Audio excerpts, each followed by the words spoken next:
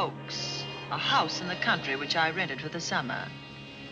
As an author, I write tales of mystery and murder. But the things that happened in this house were far more fantastic than any story I've ever had published. I brought a staff of servants from my city apartment, and my maid Lizzie Allen, who had been with me nearly 20 years. Lizzie? Yes, Miss Cornelia. Is the car ready? It's at the door. Look, Miss Cornelia, them servants you brought from the apartment are talking about walking out on us. Really? Well, I know they don't like it here, but I didn't think it was that bad. Well, they've been hearing things about the killer that the police call the Bat and the murders that he committed here this past winter. Now people are saying that he's back again. Well, how can they be sure of that?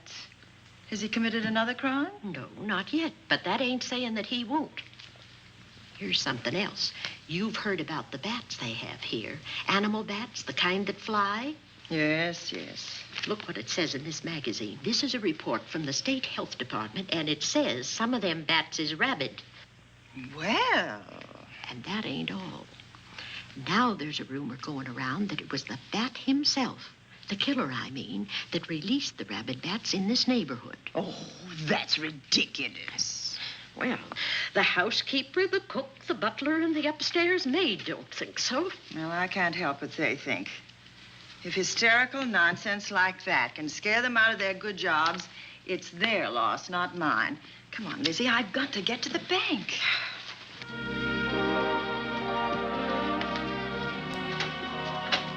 Drive directly to Zenith Bank, Warner.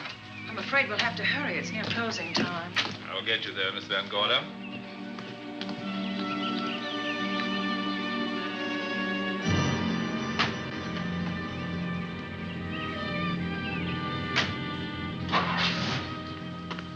Thanks again. Miss Van Gorder. How do you do, Mr. Barry? How are you? I'm very well, thank you. You remember Lizzie Allen? Of course. Hello, Miss Allen. How do you do? So you're spending the summer with us again? Yes, yes. I've leased the Oaks, the home of your bank president, John Fleming. I heard you had. I was surprised. Why? Is there something the matter with it? No. I was surprised because Mr. Fleming said he would never rent it. Oh? Well, I rented it from his nephew, Mark Fleming, who has the real estate office here. He said his uncle would be gone the entire summer. Well, that's right. Mr. Fleming's in the North Woods now with his physician, Dr. Wells. Oh, pardon me. Dale, I want you to meet my wife. We were married at Christmas time. That must have been nice. Believe me, it was. Oh, here she is. Oh, dear. My wife, Miss Van Gorder, Miss Allen. How do you do, Mrs. How do you Bailey? do? Cornelia Van Gorder. Yes. Oh, well, I've read every murder mystery you've ever written. I just adored that weird one, The Private Morgue of Dr. X, even though it gave me the shivers. Only the shivers? Scared hell out of me. Oh. Well, I really mean that Miss Corney killed them off in that one. When you refer to my books, please don't call me Miss Corney. Pardon me, Mr. Bailey. Mr. Hines is here to see you. Oh, yes. Excuse me, please. Don't be strangers now. No, Oh, no, I we should won't. say not. Oh, so you're a bride. Well, not quite. Not since Christmas. No, I'm sure I've seen you. Well, I used to be my husband's secretary here in the bank. Of course I remember. May I welcome our most distinguished visitor back to Zenith? Oh, that's very charming, but, Lieutenant Anderson. Lieutenant Anderson, of course. Chief of Detectives of the Zenith Police Department. This is Miss Allen. Miss Allen. How do you do? Lieutenant Anderson is one of our favorite citizens. He's on the bank's board of directors.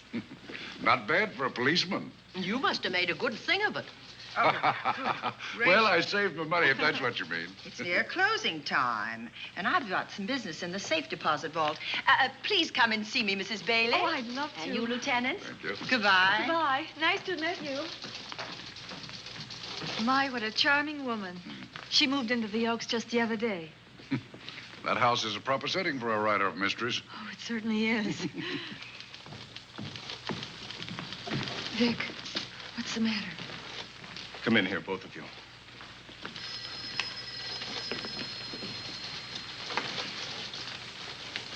Andy, we're in trouble. Wendell Hines came in to pick up $350,000 worth of bonds that we were holding as collateral for a loan. They were kept in our special vault. Mr. Fleming and I are the only officers of the bank who have access to that vault. So? The Hines bonds are gone. That's not all. Other negotiable securities are missing.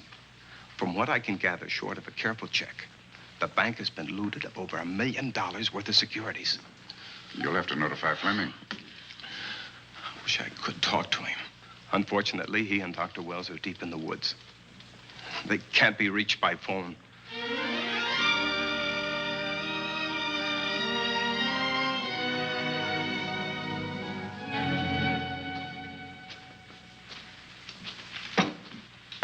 What is it?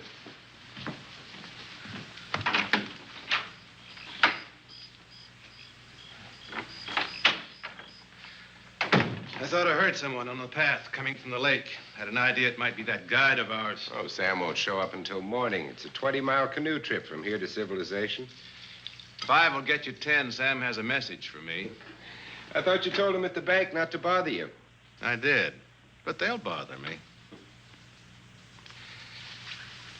Doctor, Yes, John. what would you do for $500,000? Anything short of murder. Why not murder? Too messy. Too great a risk? For $500,000? Yes. I pinched $1 million from the bank. Well, I'm not kidding. I embezzled it. Not that I think you wouldn't do it if you thought you could get away with it. I got away with it. I'm not talking about currency. I took negotiable securities that could be converted into cash. I have the cash in 10s, 20s, and 100s. Well, I'm your doctor, not your lawyer. Why tell me this? You'll find out why. Who's going to take the blame for the robbery? Bailey, the cashier. They'll never suspect me. I like Bailey. Well, so do I. I love the guy. I gave him his first chance. He has a lovely little wife. Charming girl. Was the best man. Where's the $1 million? In my family's tomb in Zenith. In the crypt with my father's casket. I don't buy that, John. No? No. You forget that I had you in charge when you were a very sick man. When you raved in delirium. And I heard you talk about a hidden room. Now, where else could you put a hidden room except in that mansion you built? That white elephant you call the Oaks. Look, everyone knows I have a bad heart. Now, who would doubt it if you wired the bank directors that my heart had failed?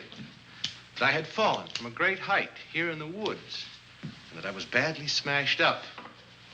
You could ship the body back for burial and instruct them not to open the casket due to the condition of its contents.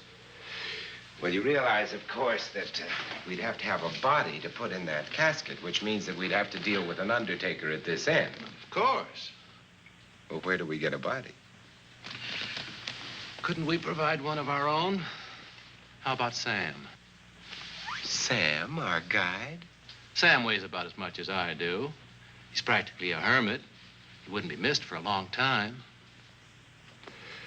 The local undertaker would know him. Not if we made him look as if he'd been in a serious accident. But if Bailey's going to take the blame, why'd he have to do this? A jury might acquit him. In that case, I'd be a logical suspect. I could disappear, of course, but it's safer if they think I'm dead.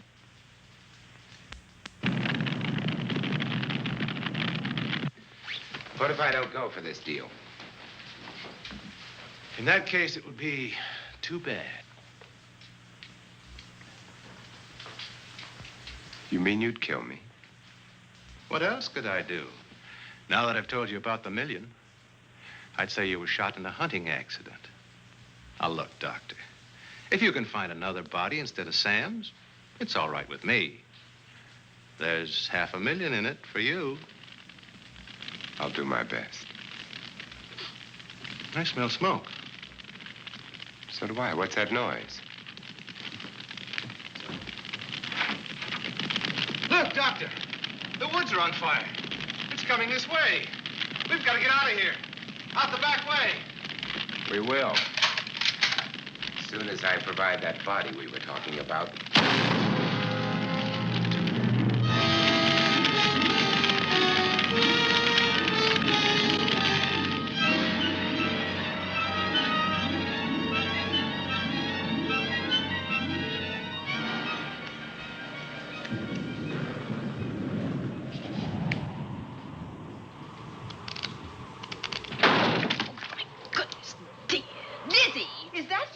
Yes, Miss Cornelia. There's a storm coming up, and it's gonna be a snorter. The wind nearly blew the door off its hinges. Well, that noise blew my game higher than a kite. I think I've lost some of the cars. Oh, I'll get them for you. Oh, I see you found the paper. Drat that paper boy, scooting by on his bicycle, just chucked it into a clump of bushes and let it go at that. For land's sake, Mr. Vic Bailey's been arrested. Oh? I think. Victor Bailey, vice president and cashier of the Zenith Bank, was arraigned before United States Commissioner Alvin Fielding, charged with the embezzlement of over $1 million. I can't believe Vic Bailey had anything to do with that robbery. Oh, well, I see our landlord is home again. Landlord? Mr. Fleming. Dr. Malcolm Wells is back in town with the body of John Fleming, president of the Zenith Bank, who was killed in a forest fire. Mr. Fleming will be laid to rest in his family's tomb on Friday.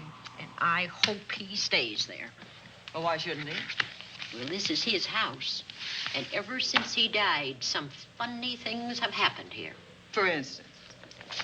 The housekeeper, the cook, and the butler said that they heard strange noises at night. And the upstairs maid swore that she met a man without a face coming up the back stairs. Oh, so that's why they quit and left me to run this place without a staff. They didn't tell you, Miss Corney, but the truth is they were scared to stay. But you're still here, Lizzie. Haven't you seen anything? No. No, and even if I had, I ain't afraid of ghosts. They're afraid of me. Honest, Miss Corney, a spiritualist told me once that ghosts was allergic to me. But this Bat feller they keep talking about in the paper, I guess he'd be different. No, I don't think you'd have the same effect on him. Oh, dear. What are they trying to do? Drive people away from this part of the country? Why, what does it say about the Bat? His specialty seems to be killing women. My goodness, 2 of them in one night. All his victims died the same way, like their throats had been ripped open with steel claws. That's a charming little caper. I'll have to try it sometime. In a book.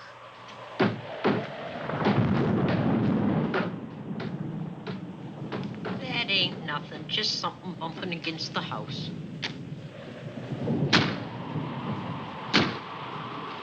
That's just the wind banging a door. Pay no attention to it. Listen to this. One of his victims, who lived for a moment after she was found, described the Bat as a man without a face. Honest, Miss Corney, I think that woman must have been exaggerating.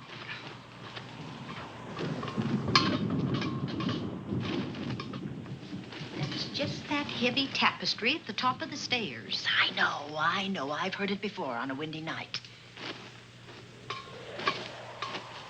That sounds as if there was someone on the stairs. I know there isn't. At least there shouldn't be. There ain't. Them's just the noises you hear in any old house on a windy night. It says here that the Bat never leaves no fingerprints. That's understandable. Having no face, he probably has no fingers either. Lizzie!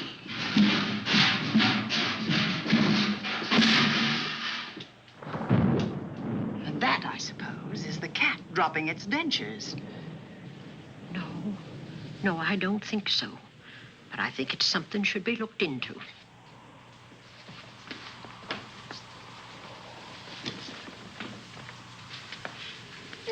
shucked him down here? The wind, I hope. There must be a window open up there. No, Lizzie. Let him lay. Let him sleep it off. I hope the power lines don't go down, put the lights out. Now, we'll check the windows in the living room and draw the curtains, and then we'll go to bed. Yes, ma'am.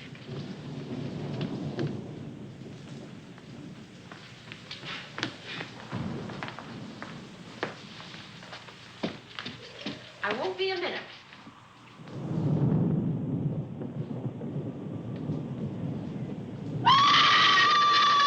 Gordy! Oh! What is that? Oh, when I went to get the tape, I turned the latch off. I forgot to turn it on again. He's out there. He was coming in.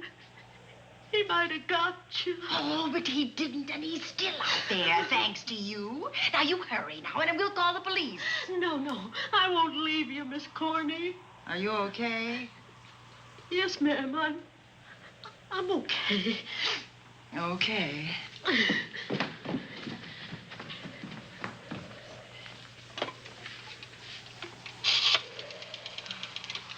Operator? Give me the police department, please. Zenith Police Department. This is Cornelia Van Gorder. I'm living at the Oaks. We know about that, Miss Van Gorder. Just a moment ago, a man tried to force his way into this house. You're not alone there, are you? What about your servants? Well, I have none except my chauffeur, and he's away. He won't be back until the morning. Now, there's only 2 of us here tonight, and we're going to lock ourselves in my room. Now, if any of your men see anything, will you have them call me? I'll send officers over there right away. Oh, thank you very much. Come on, Lizzie. We're going to sleep in my room.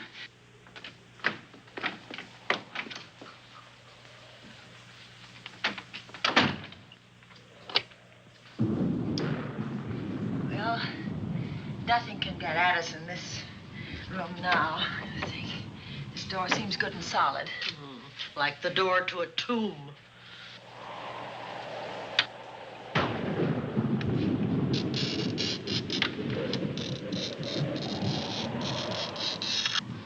I think that couch will be comfortable. There's some extra bedding, you know. Yes, ma'am. Closet. Let's see now.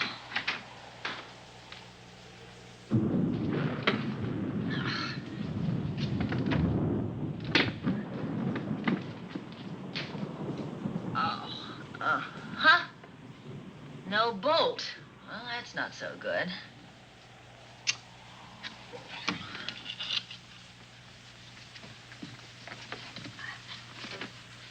Oh, what's that for?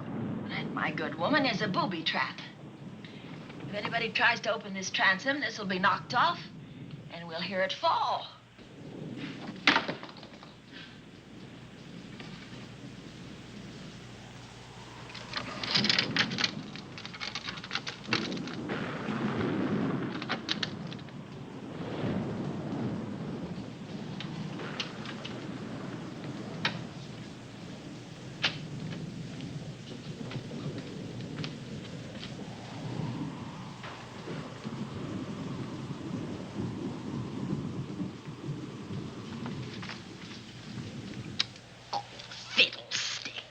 I forgot my night things, my robe, my gown, and my slippers. I'll go get them now. Now, wait a minute, Lizzie. I'll go with you. Now, don't you bother, Miss Cornelia. My room's just down the hall. Lizzie, I told you to wait. It's all right. I'll only be a second. Get in here. Get in here.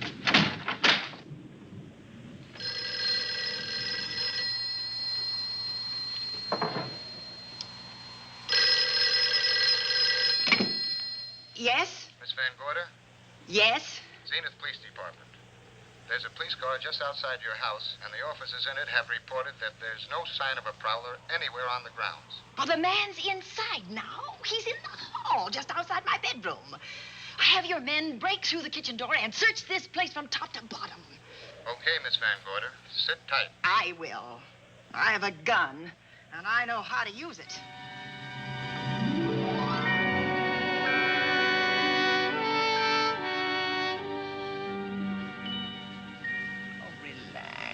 relax, Lizzie. The police did a good job. They couldn't find anybody in here. But we both saw him, Miss Cornelia.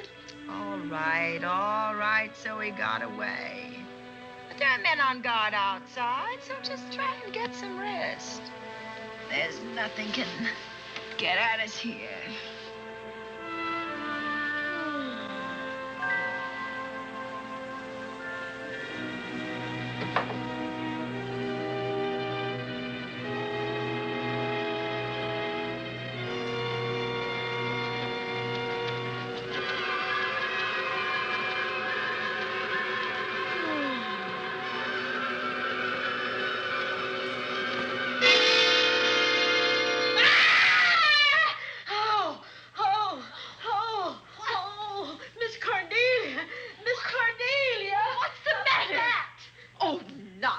You've had a nightmare. Maybe I did. But there was a bat in it, and it bit me. And it flew in that closet. Oh, good gracious, Lizzie, you're right.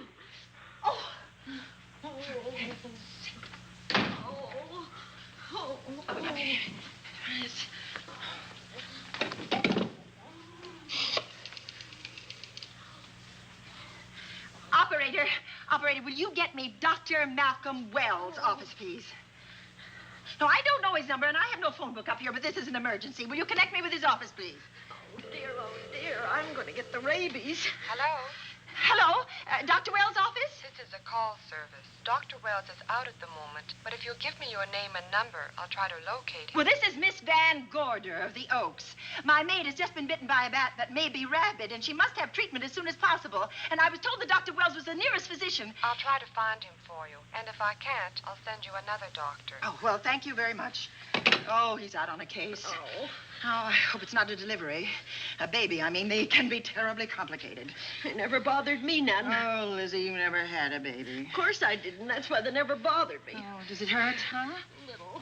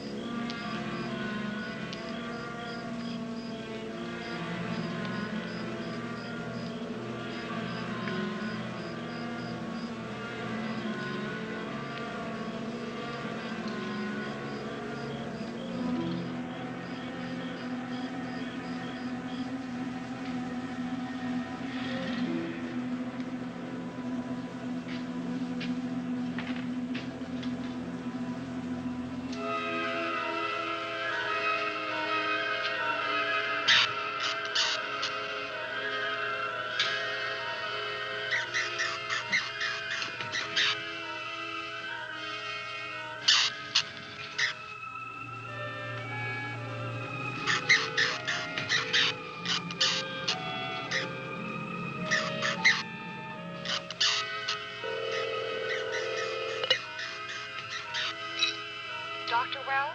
Are you there, Dr. Wells?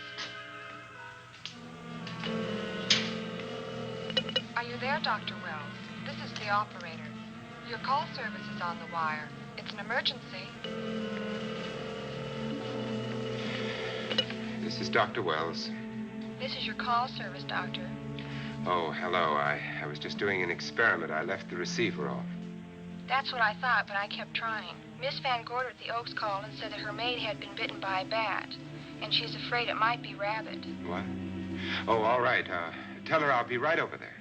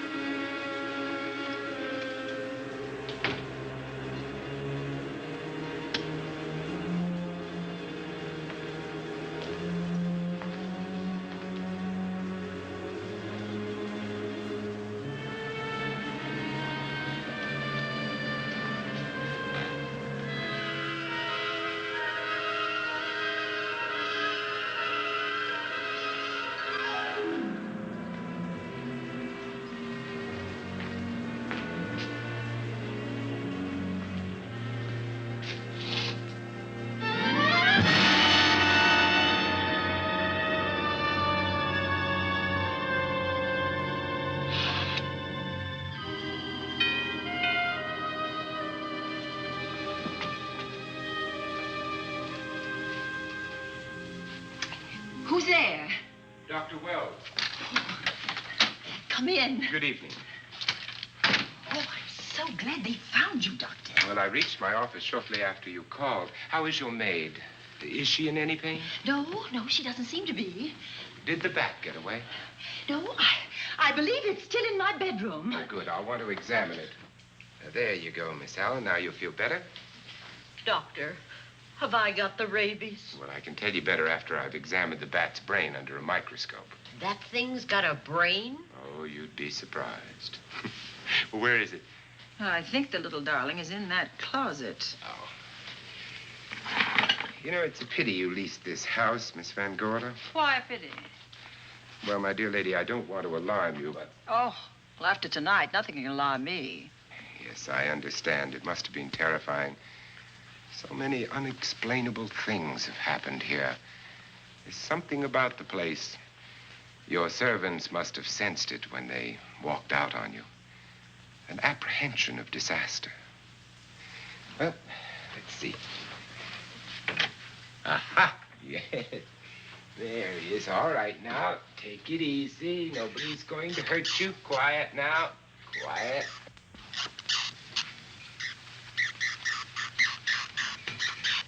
He looks quite normal. Doesn't seem to be sick at all. Oh, ain't that nice? I've been worried about him. Well, you should be. From his appearance, I'd say that he doesn't have any infection. In which case, you've had a narrow escape. Now, you take one of those tablets I left for you, and I'll guarantee you a good night. And I'll drop in on you tomorrow. Oh, thanks for everything, Doctor. Now, don't worry. I can find my way out. Oh, I know you can, but do let me help you.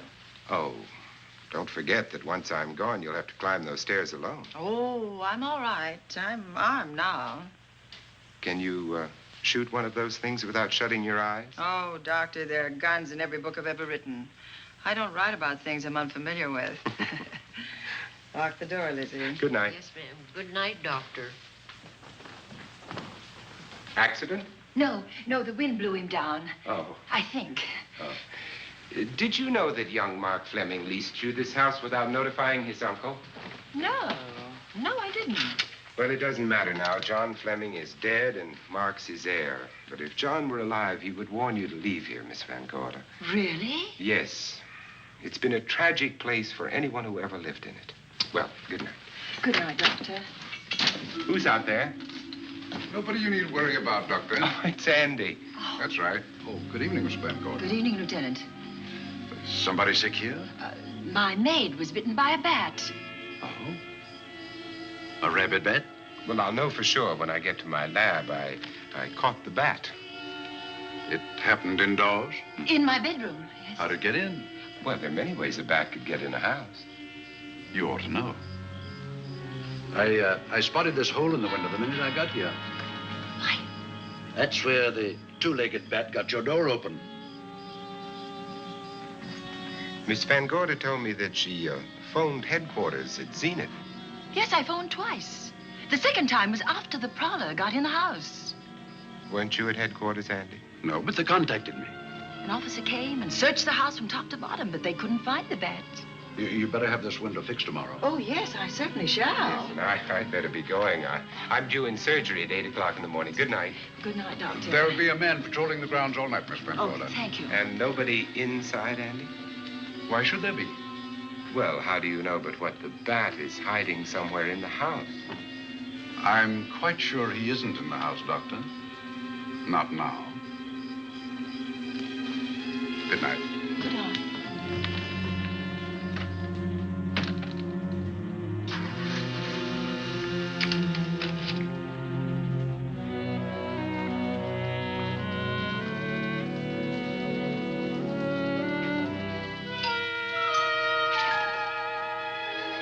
Hi, Andy.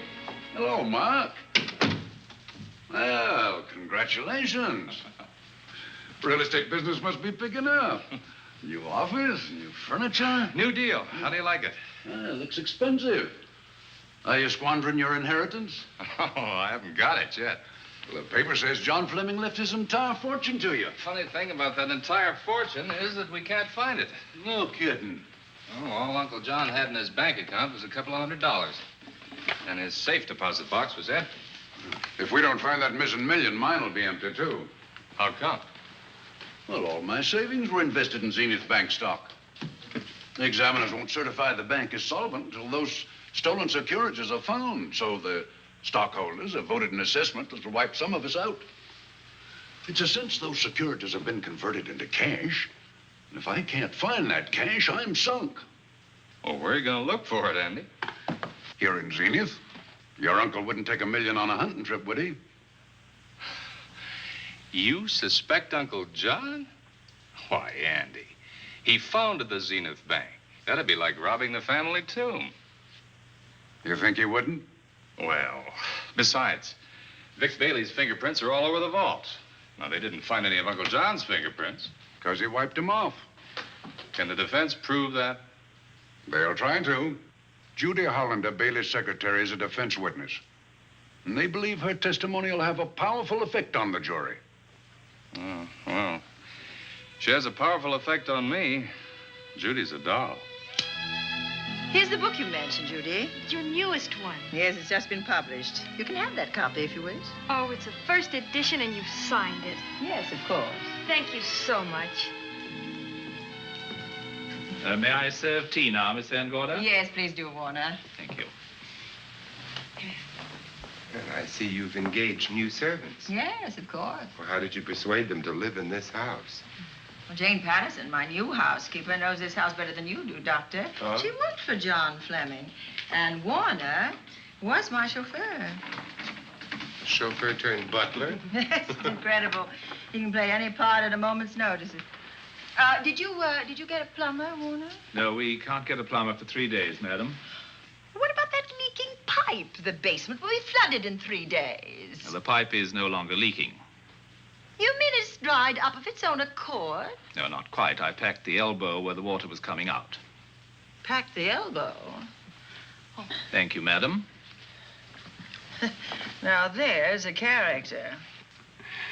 How long did you say that he worked for you as chauffeur? About 3 months. Well, I hope he doesn't have a police record. My dear Dale, it may interest you to know that the last night of his life, John Fleming told me that he loved your husband like a son.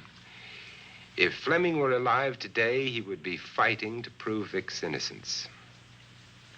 Could Mr. Fleming prove his own innocence? Miss Van Gorder, can there be any doubt about it? There will be when Miss Hollander testifies at Vic's trial. Oh? You know something that we haven't heard yet, Judy? Something I saw with my own eyes. She's not permitted to say what it was. My dear girl, I wouldn't think of asking her. But let's assume for a moment that Fleming did steal the $1 million. Now, what would he do about it? Where is it? Hidden someplace where he could lay his hands on it without getting caught in the act. Now, if I was writing this, instead of living in the middle of it, I'd hide it right here in this spooky old house. Under a loose floorboard or up a chimney?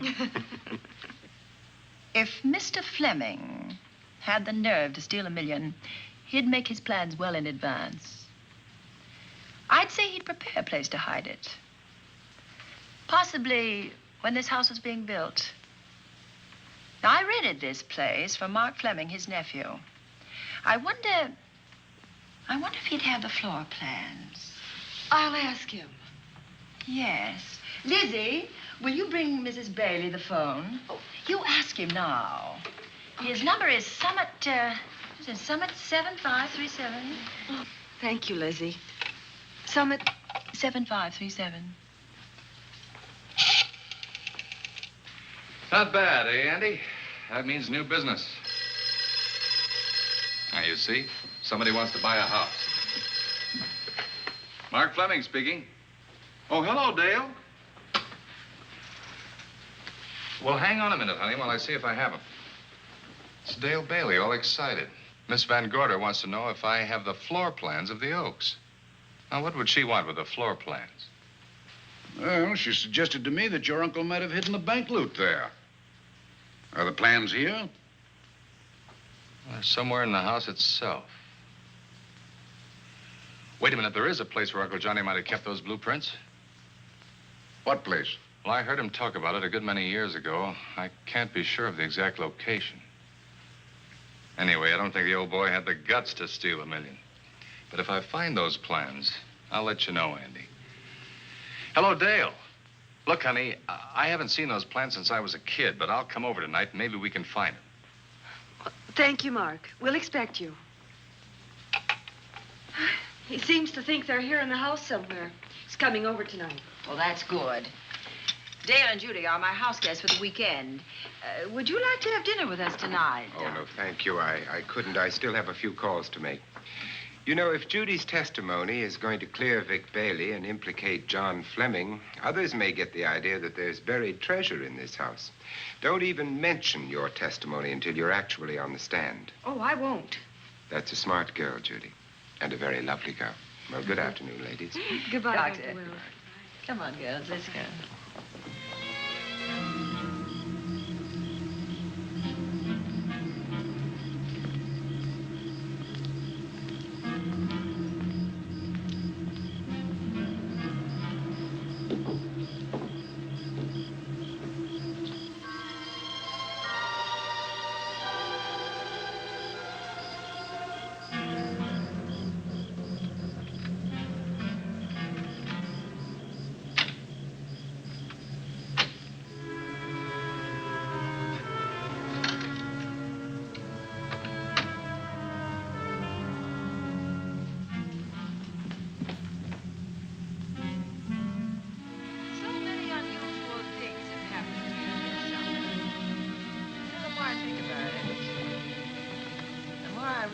I should be putting them down on paper. Weren't you your husband's secretary, Dale? Yes, I was. Do you take shorthand? Mm-hmm. Well, my dear, if you'd like to have your mind occupied, I want you to work with me while I write the story of this fantastic criminal, the Bat.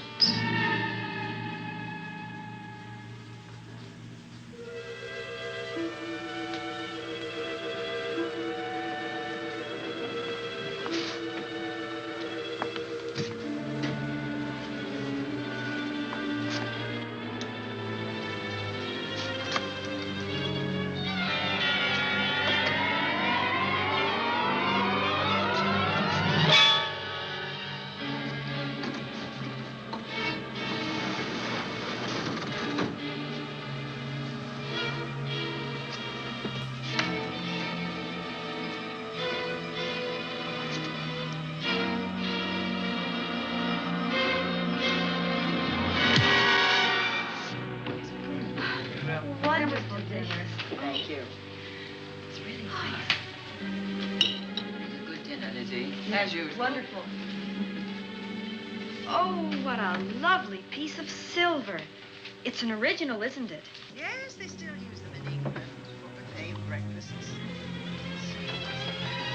Some hot water in the bottom.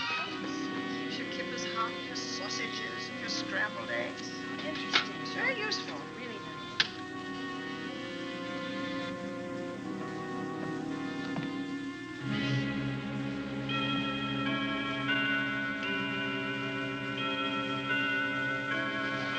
Clock hasn't struck the hour in the last 10 years, if I'm to believe what Mark Fleming told me. Why is it angled away from the wall like that? I don't know. Somebody must have moved it. Lizzie, very likely when she was dusting. Wait a minute. Did you know there's a door in this paneling? No, I didn't.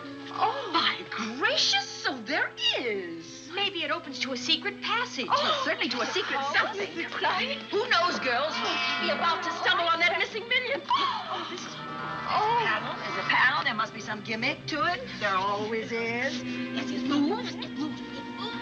Oh,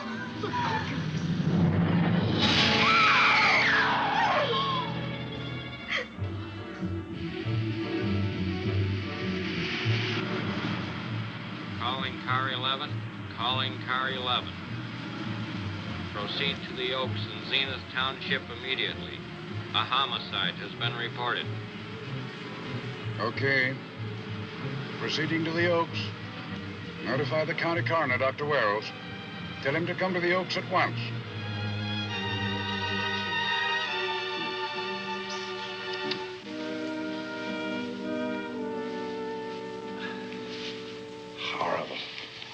if his throat had been torn by some creature with fangs or claws.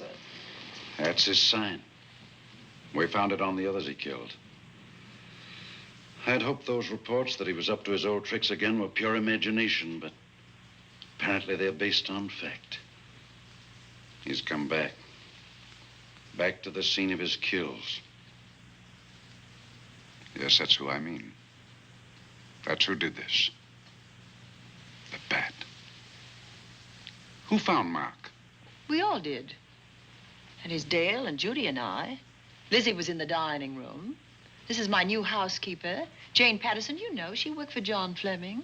I know her. Where were you, Mrs. Patterson? In the kitchen, cleaning up. I cooked the dinner tonight. Did you know that the secret closet was here? No. It was behind the grandfather's clock. Well, it was I who found it, really. Noticed the clock had been moved and the door wasn't quite closed. I'll get it.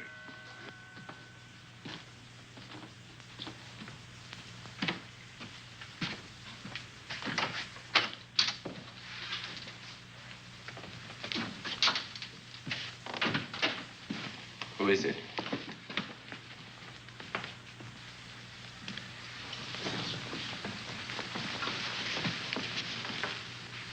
Mark Fleming.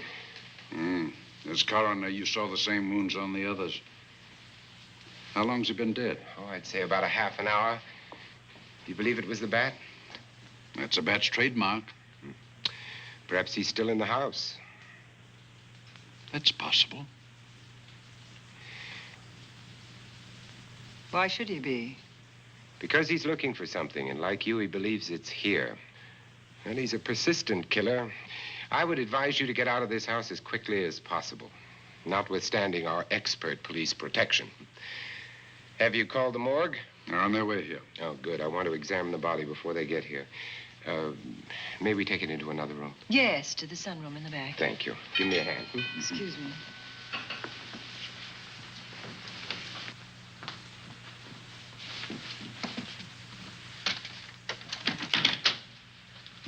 Oh, Warner, where have you been?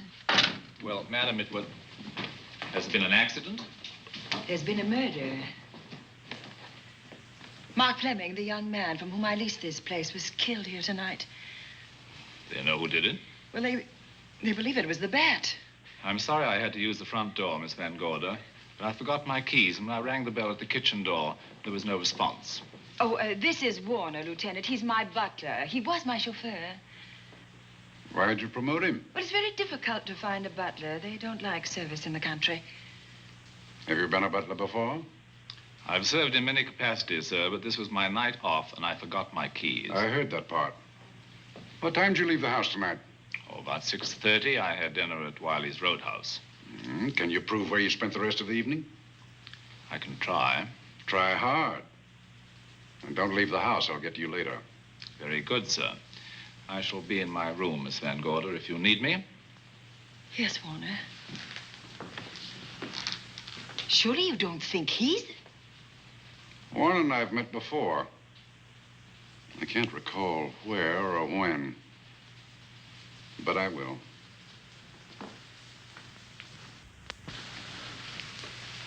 There'll be a crew here shortly from headquarters, dusting for fingerprints, taking photographs. But in the meantime, Mrs. Patterson, you aren't leaving the house tonight, are you? No, Lieutenant. Don't. I'll talk to you in the morning. Good night. Good night, sir. Good night, Miss Van Gorder. Dale, I was with Mark Fleming this afternoon when you talked to him about the floor plans of this house. I heard him tell you he was coming here tonight. Dale called him at my request. She told me he was coming. Who else should I tell you that? Judy, Lizzie. And that nice Dr. Wells. Dr. Wells. There are a few killers who kill for the fun of it. The bat very likely is a mental case, and I'm convinced that his crimes are motivated by his mania for personal gain. There's $1 million at large, and he's going to keep on hunting for it until he lays his hands on it.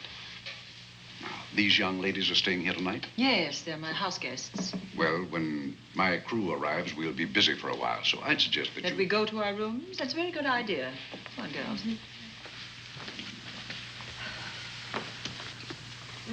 police guard for this house tonight, Lieutenant. You've got one. I'm going to cover this place tonight from the attic to the basement. If the vet makes another call, I'll have a little surprise for him. Who is he? Have you any idea?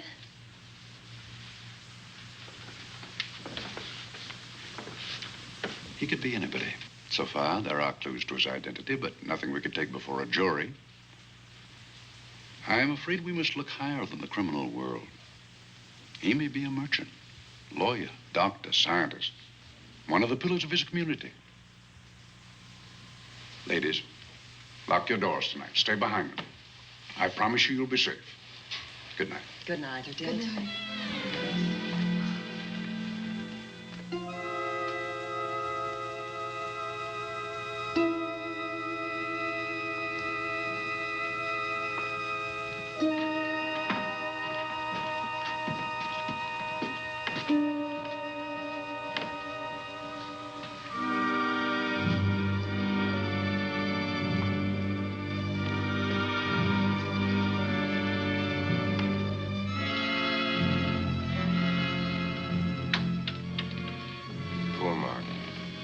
It's a pity. So young. Well, Doctor, do you agree it was the bat? In my report, I shall say the death was caused by the same technique used in the other killings. A paralyzing blow to the throat, followed by severe lacerations of the jugular, resulting in excessive hemorrhage. In a layman's language, he didn't know what hit him. Oh, he knew. But he didn't have time to think about it.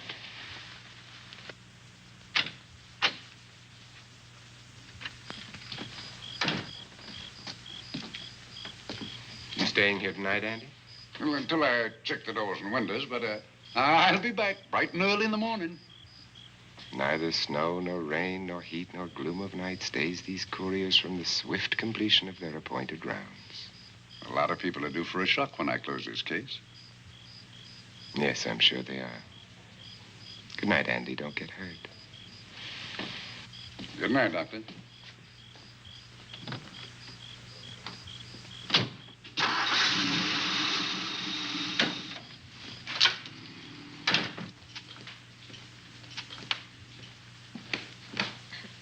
You know, I think we'd better let you get some sleep. Oh, well, Lizzie and I share this room for mutual protection. You know, one night, a storm blew the wires down, put the lights out, and I went out the next day and bought a half a dozen of these things. You better take one with you, Dale. Oh, thank you. We'll go across the hall now. Are you sure there's nothing else you need? Oh, no. Quite sure. We'll be all right. Well, if anything bothers you, you just sing out, and 2 strong women will come to your rescue. Oh, nothing will bother us. Not with Andy on the job. No. Well, good night. Good night, Miss Van Gorder. See you in the Don't morning. worry, everything will be all right. We won't. Good night. Good night.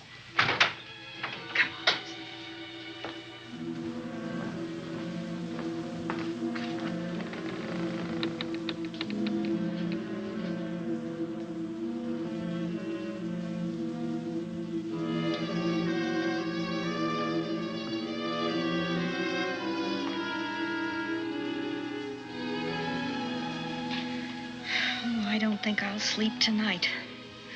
Me neither. All I can see is poor Mark Fleming staring at us. I thought that when people died, their eyes closed, as in sleep. Don't think about it. I'll bet you're thinking about it. No, I was thinking of my poor husband sleeping in jail tonight. Oh, Judy, I love him so much.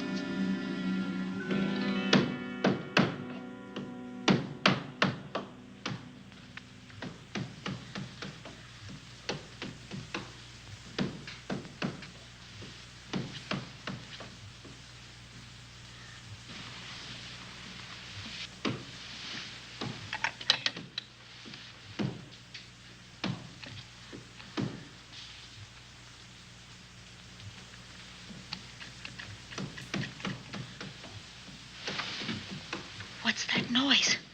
Oh, I don't know. I kind of fell half asleep.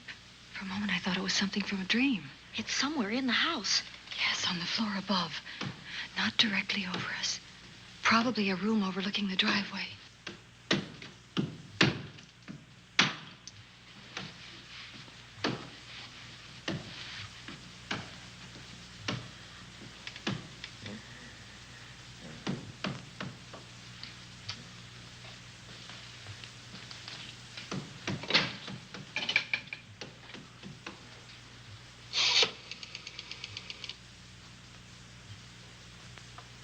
Should we call Miss Van Gorder? She'll hear it. How can she help but hear it? Oh, besides, we don't want her to think we're a couple of hysterical women. Oh, I'm about to become one. I've dear. had it for one night. Dale, you're not going out in that hall. I want to know what's happening up there. But Lieutenant Anderson said if we stayed behind our locked doors, we'd be safe. Dick isn't safe locked up in that jail.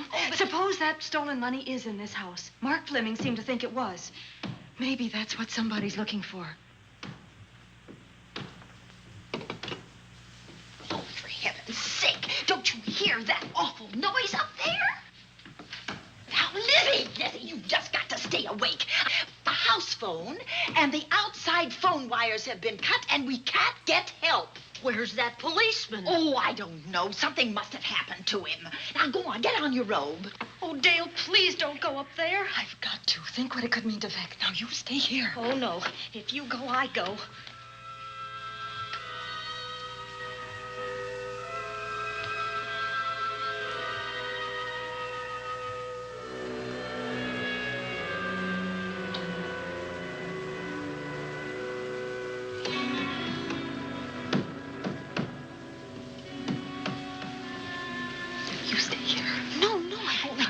Alone. You wait here. I'm going to see what it is. Oh, please let me go with you, Judy.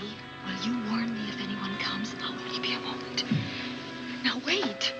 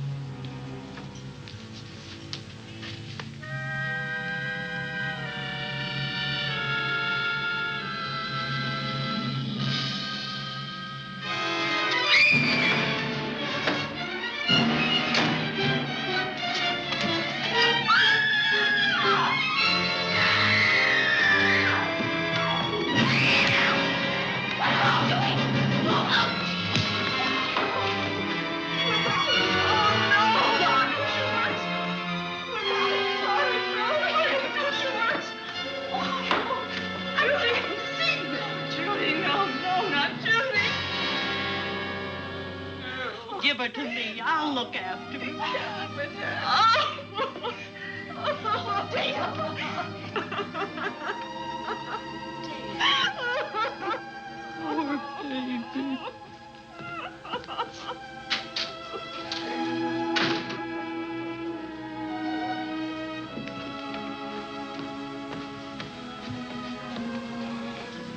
Judy.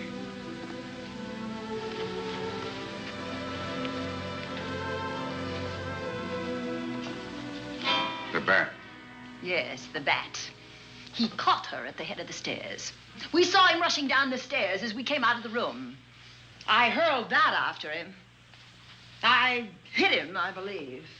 I'm going to cover this place from attic to basement, you said. Well, what were you covering when that poor child was murdered? Where were you? I saw a man outside in the grounds. I went out there and hunted him. I heard him in among the trees, and so I followed the sound of him as far as the brook down near the back road. And then I lost him. I'd rather give my own life than have this happen to Judy. But I told you to stay in your rooms and lock your doors and stay there. What was she doing at the head of those stairs? That was my fault. They heard a strange noise. Heavy pounding in one of the rooms on the 3rd floor. We all heard it. I wanted to see what it was. Judy, I wish she wouldn't let me go out by myself. I made her stay on the balcony. What about your new butler? Oh, well, he's in his room, I suppose. Oh, Mrs. Patterson. Oh, yes. Did you know what happened here? No, sir, but I heard the screams. I went to call Warner. We have rooms on the same floor, but he wasn't in his room. His bed hasn't been slept in. If Mrs. Patterson heard the screams, Warner could certainly hear them. You're quite right, sir. I heard them. Oh, you did? And where were you? Outside in the grounds.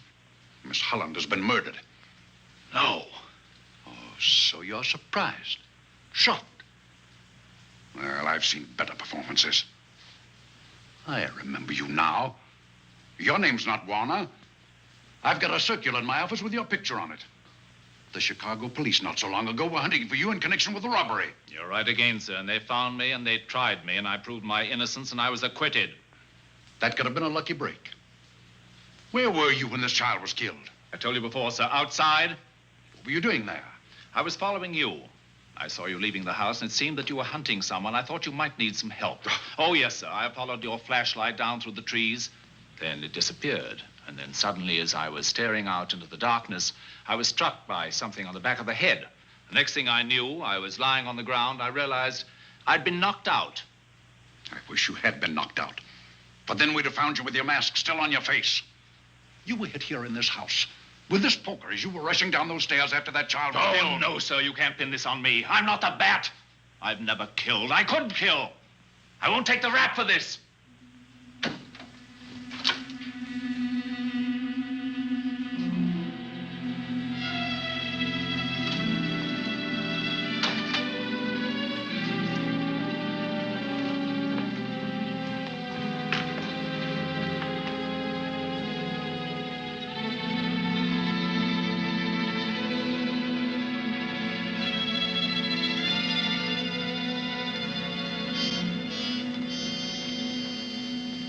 Doctor. We have another case for the county coroner. You see, the bat came back. Why did you come back, Doctor? Well, I had an accident about a mile down the road. The right rear wheel of my car came off, and I plunged into the ditch. This was the nearest house, so I came here to call for help. I thought I'd find you around, Andy. Physician, heal thyself. You must have been hit by something on the back of your head. I told you I had an accident. So you did, Doctor. So you did. I could be wrong. But maybe I'm not. We shall see. All right, Dale, let's start a new chapter. For days, the murders held the headlines. Lieutenant Anderson grilled us and ransacked the house from top to bottom. Warner was not placed under arrest, but his every move was watched. At night, except for a detective on guard in the house, the police and the reporters left us alone. And on one of those nights, without telling Lizzie or anyone else, I pursued a secret investigation of my own.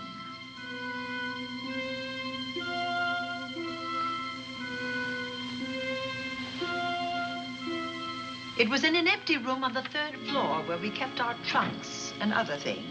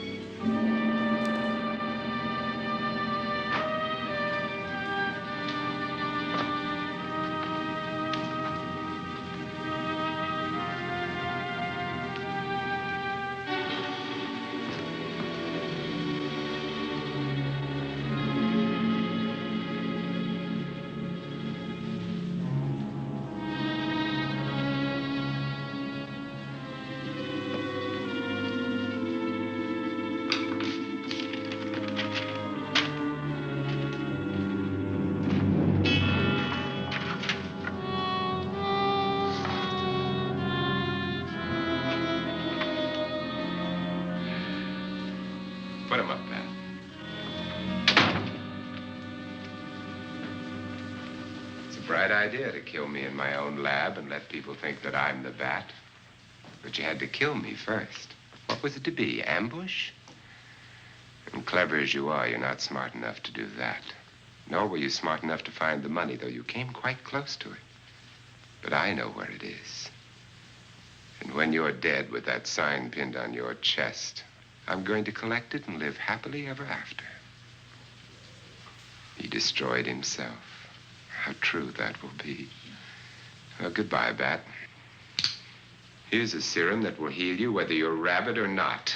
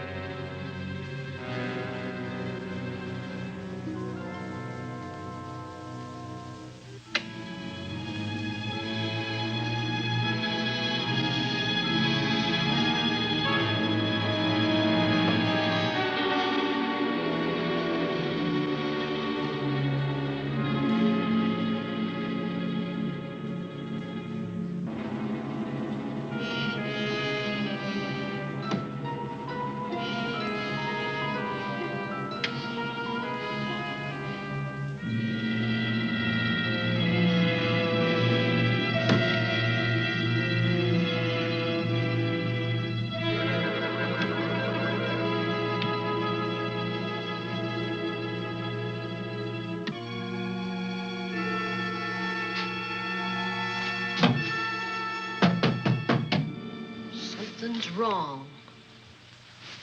Something's wrong.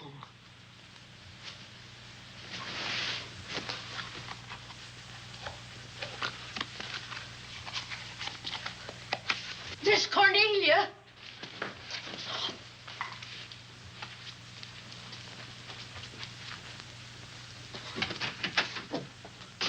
Miss Cornelia.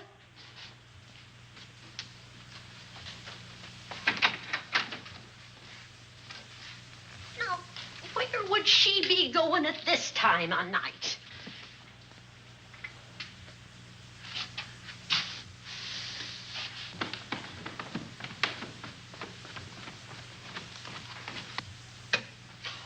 Well, land's sake.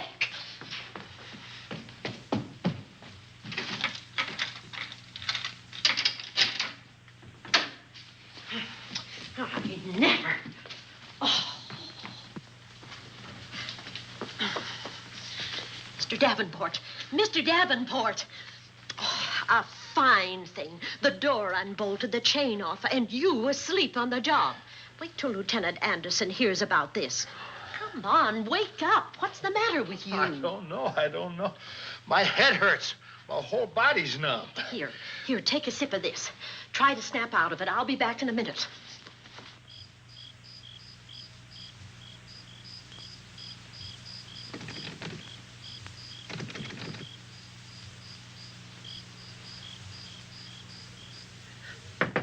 Hurry, will you? It's Lizzie. I'm terribly worried. I can't find Miss Cornelia anywhere, and something's happened to the policeman. I don't know what. Get Warner. Bring him to the drawing room. Tell him we need him.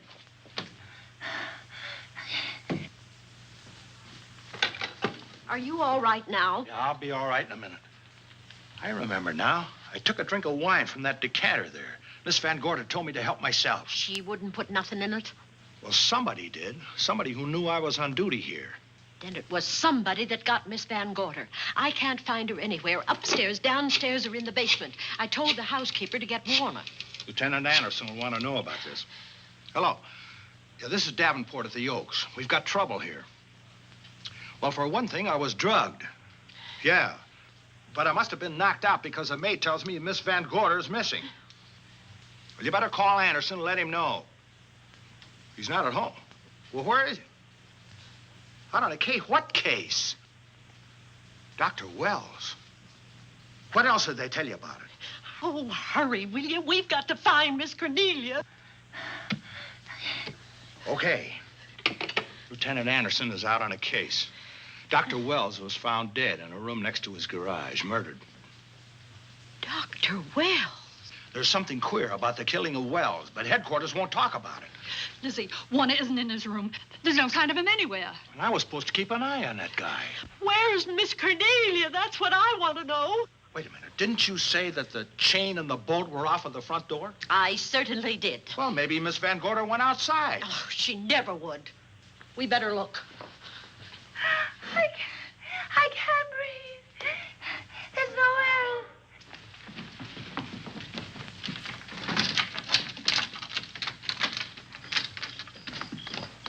Miss Cornelia. Oh, Miss Van Miss Gorder. Cornelia. Miss Cornelia. Miss Van Gorder. Look. There's a light in that room on the 3rd floor. Were you up there tonight? Well, of course I was, but I turned the lights out before I came downstairs. And Miss Cornelia might have turned them on again. That's why we're going to look first. Come on.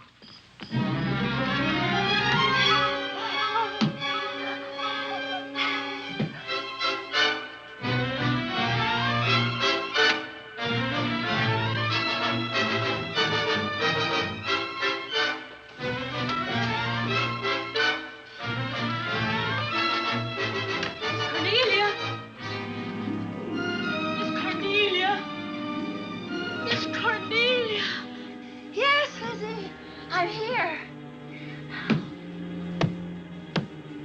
Right here. Come to the mantelpiece.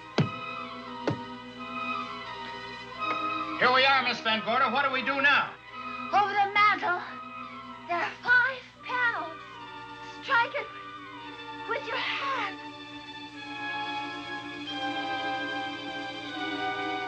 Which panel did you say, Miss Van Gorder?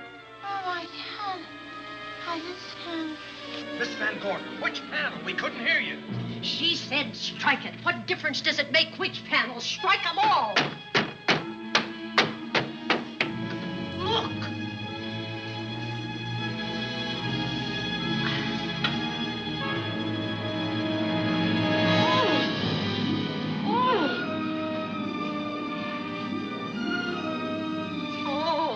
It's all right now. It's all right, dear. Lizzie's here.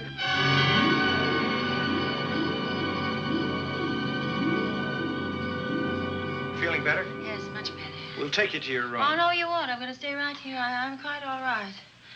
Oh, how blessed it is to breathe without an effort. You know, no one knows how sweet the air can taste until someone shuts it off for a moment. That room is just like a box. When the mantelpiece closed, it seemed like all the air was drawn out of it. Look, there it goes again. Let it close. I can open it from in here. There's a control panel behind this blueprint. Electric motor under the trap door here.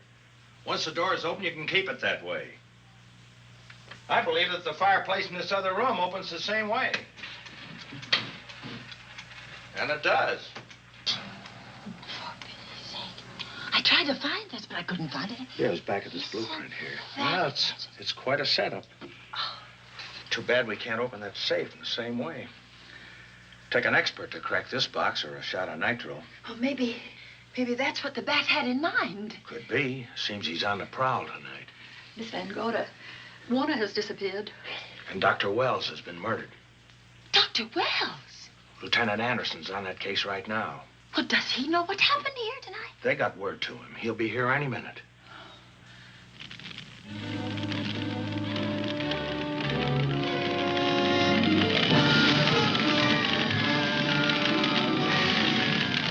What's that noise? Miss Van Gorder, the garage is on fire. Scott, look at that. Lizzie, put that light out in the other room. Now, where are you going? To report the fire. Well, you just stay right here. But Miss Van Gorder, the garage. Well, let it burn. You watch the stair. Can't you see that fire was set to get us out of the house? Out of the house? Were you talking about the... Yes, I'm talking about the bat. Now that the lights are out, he'll think his trick has worked, and we've gone. He'll be here any minute. Well, so will Lieutenant Anderson. I hope so, but the bat will be here first. And he'll kill again if we're in his way. We've got to be as clever as he is.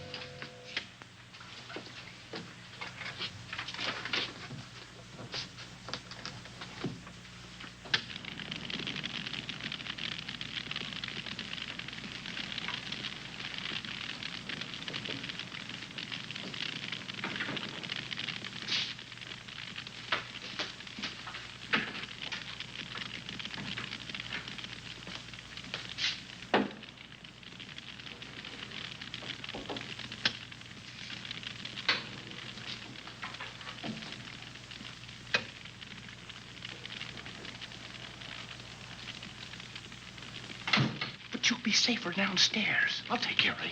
Well, the others can go, but I'm going to stay right here. All right, but get out of sight.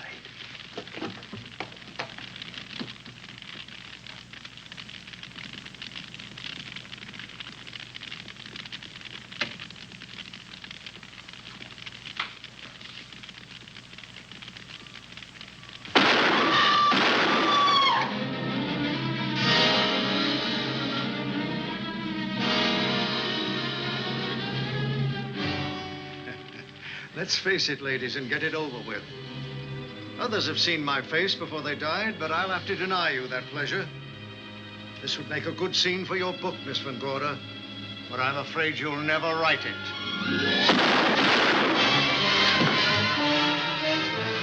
That is Warner.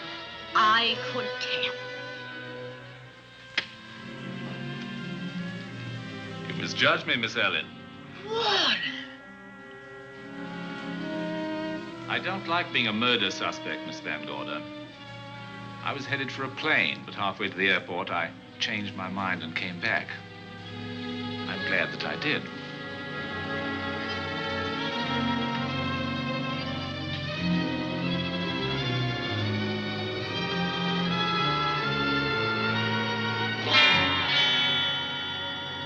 Why, it's Lieutenant Anderson.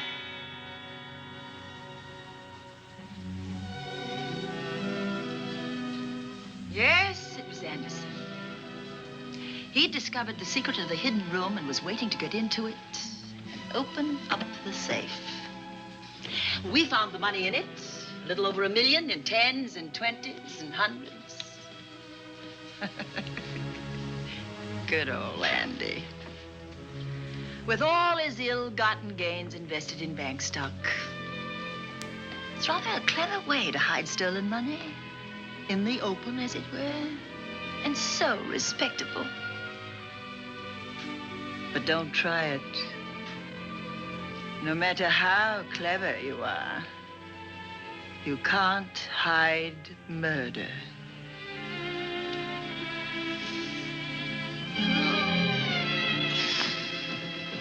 Well, that's it, Dale. That's the end.